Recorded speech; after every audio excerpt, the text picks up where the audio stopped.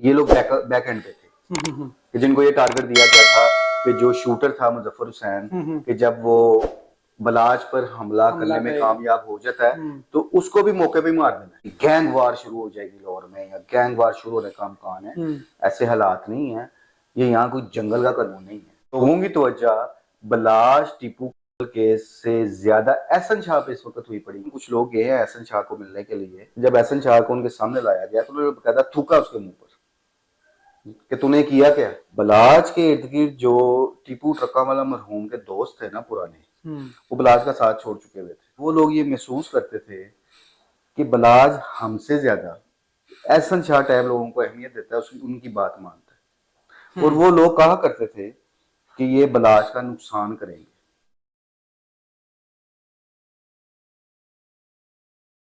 अस्सलाम वालेकुम नाज़रीन, मैं हूं आमिर बशीर और आप देख रहे हैं आमिर राना ऑफिशियल। अमीर बलाज कत्ल केस जिसके बारे में पूरा पाकिस्तान, इसके साथ साथ इंटरनेशनल कम्युनिटी भी उसके बारे में जानने के लिए बेताब है कि इस केस के जो असल मुल्ज़मान हैं वो कब गिरफ्तार होंगे। एक बड़ी अहम पेशरफ्त हुई है जो पंजाब पुलिस ने की है। जो उसके मास्टरमाइंड थे बलाज कत्ल केस के मुतालिक, वो पकड़े गए हुए हैं। हमारे साथ मौजूद होंगे खुरम पाशा साहब, जो कि एक सीनियर तजियाकार है, इस सारे वाक्य को बताएंगे और इनसे बात करते हैं। अस्सलाम वालेकुम खुरम साहब। जी वालेकुम सलाम।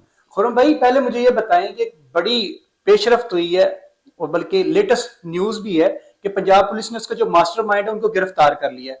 मुझे बताएं कि मास्टरमाइंड कौन है, मौका वारदात के ऊपर कितने लोग थे जो शूटर थे, और शूटर को पहुंचाने में और उनको फरार करवाने में क्या यही मास्टरमाइंड बंदा शामिल था?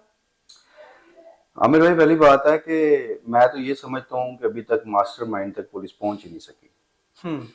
जो लोग गिरफ्तार पुलिस ने किए हुए हैं, तो अब ये चीज तो चल रही है कि 10 से 12 लोग पुलिस ने पकड़े हुए हैं, तो उसमें कुछ के नाम भी डिक्लेयर हुए हैं जी। ऑफिशियली। अभी कोई ऐसी चीज सामने नहीं आ रही, जराए के जरिए ही हर मीडिया पर्सन अपनी खबरें जो हैं वो दे रहा है।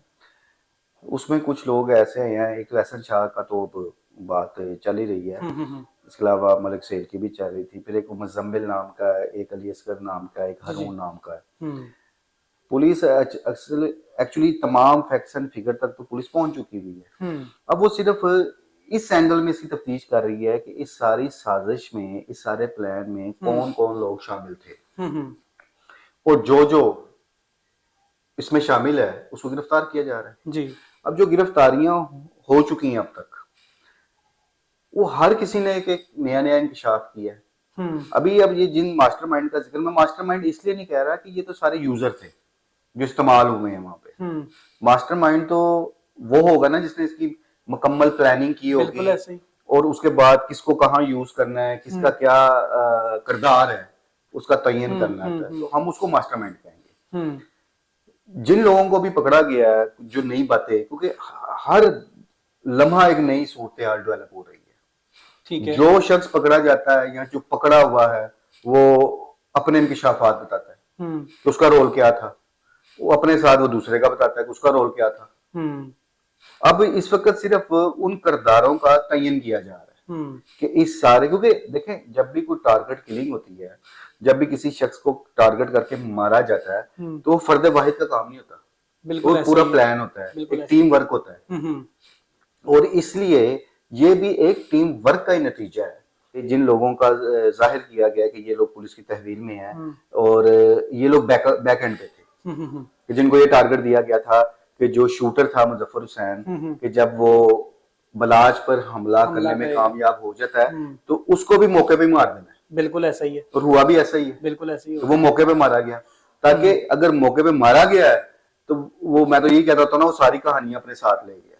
लेकिन खुरम भाई, पुलिस ये भी तो दावा कर रही है ना कि 2 शूटरों ने हमला करना था और 3 शूटर ने जो पीछे थे हमलावरों को मारना था, जिसमें से एक तो मौके पे चला गया मुजफ्फर और दूसरा जो हरून है वो फरार हो गया था वहां पे। हरून का तो सुनने में यही आ रहा है कि पकड़ा हुआ है उसको भी, उसको भी पकड़ा हुआ है जी, बल्कि जिन जिन लोगों को पकड़ा हुआ है अभी कल से एहसन शाह की भी तस्वीर वायरल हो रही है, हाँ जी, जिसमें उसकी टेंड की हुई है। वो आप सुनने में यही आ रहा है कि वो सिर्फ एहसन शाह नहीं, जितने भी मुल्ज़मान पकड़े हैं सबकी टेंड की हुई है।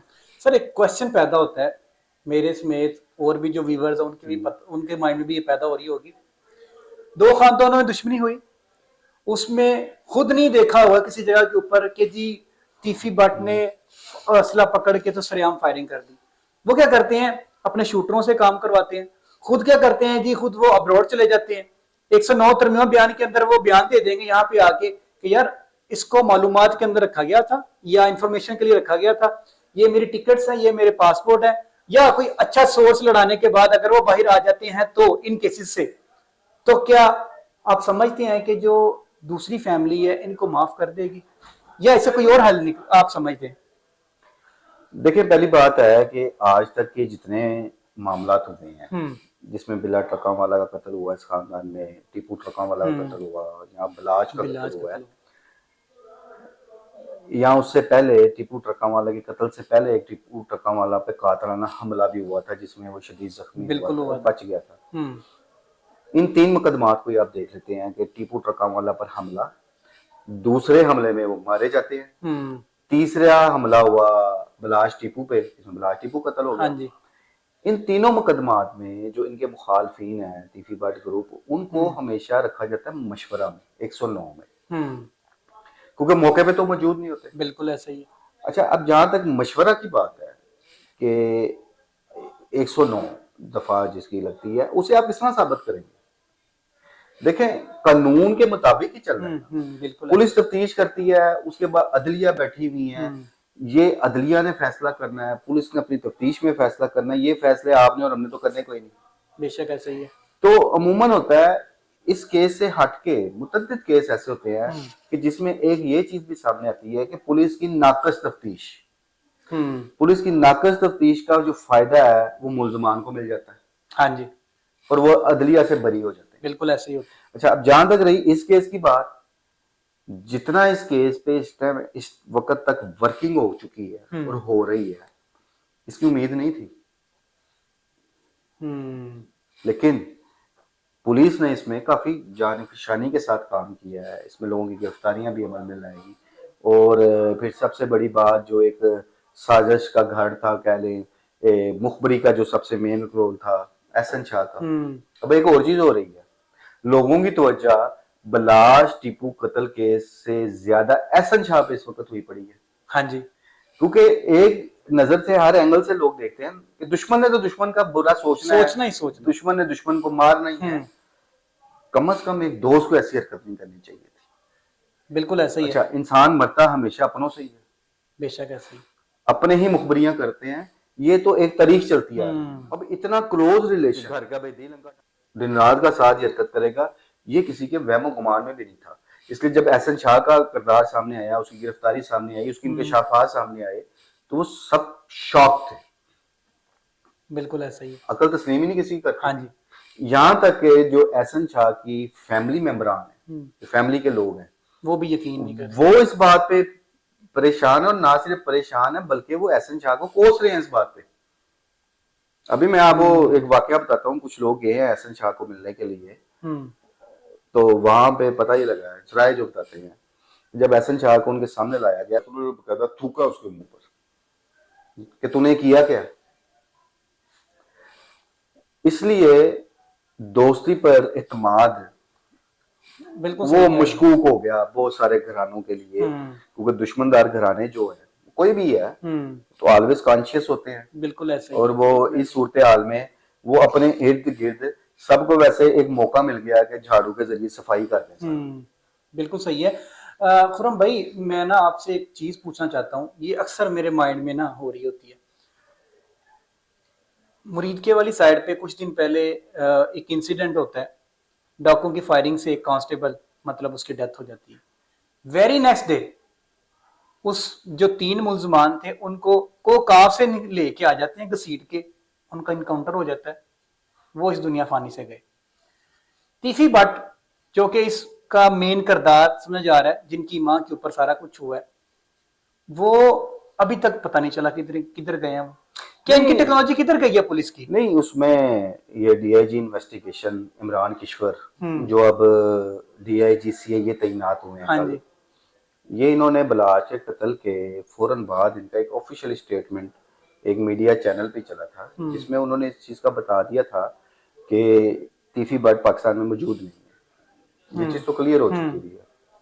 अच्छा, रही बात जिस तरह भी आपने डाकुओं का जिक्र किया है, एक चीज आप हमेशा ज़हन में रखें, और मैं ये बात करता रहता हूँ, पुलिस में खामियां भी बहुत है और पुलिस में प्रोफेशनलिज्म भी बहुत ज्यादा है। अगर ये ईमानदारी के साथ किसी केस के पीछे चढ़ जाए तो इसमें कोई बैद नहीं कि वो असल मुल्ज़मान तक ना पहुंच सके।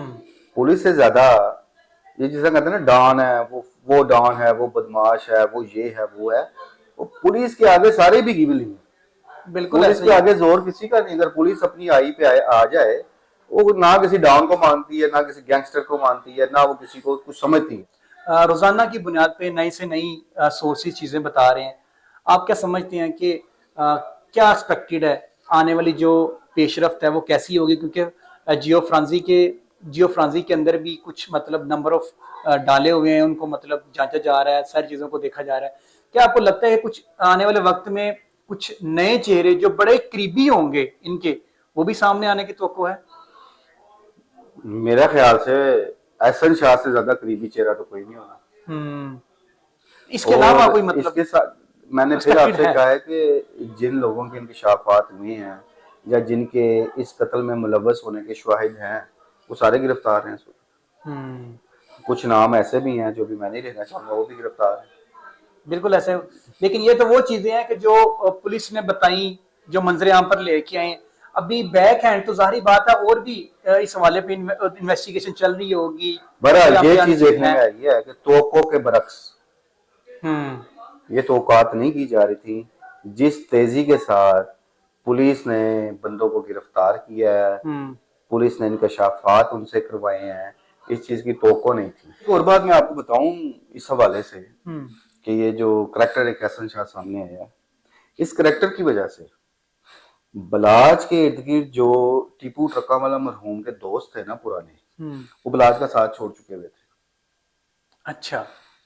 उसकी बुनियादी वजह ये थी कि वो लोग ये महसूस करते थे कि बलाज हमसे ज्यादा एहसन शाह टाइप लोगों को अहमियत देता है, उनकी बात मानता है। और वो लोग कहा करते थे कि ये बलाज का नुकसान करेंगे, ये बलाज को जिस लाइन पे चला रहे हैं, जिस तरह उसका ज़हन ये इंतशारी करने की कोशिश करते हैं, जिस तरह एक फायरिंग वाला वाकया भी हुआ था, तो वो कहते थे कि हम ये चीजें अफोर्ड नहीं कर सकते।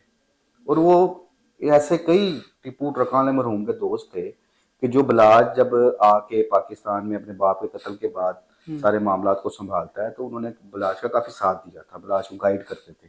तो जाहिर है बलाज उस टाइम एक 16 साल का नौजवान था, उसको काफी सारे मामलात का पता नहीं था, तो वो लोग इसको चलाते थे। आहिस्ता आहिस्ता बलाज उनकी बातों की अहमियत नहीं देता था, वो ये अपने एहसन शाह जैसे दोस्तों की बातों को अहमियत देता था। और आज मुझे उन लोगों की बातें याद आती हैं कि वो कहा करते थे कि बलाज का नुकसान जब होगा इस शख्स के हाथों का, और वो वक्त आ गया। बिल्कुल सही है। मतलब बिफोर टाइम उन्होंने प्रेडिक्ट कर दिया हुआ था इस बंदे को जजमेंट करने के बाद कि माइट बी के इन फ्यूचर में ये ऐसा होगा। बिल्कुल सही है।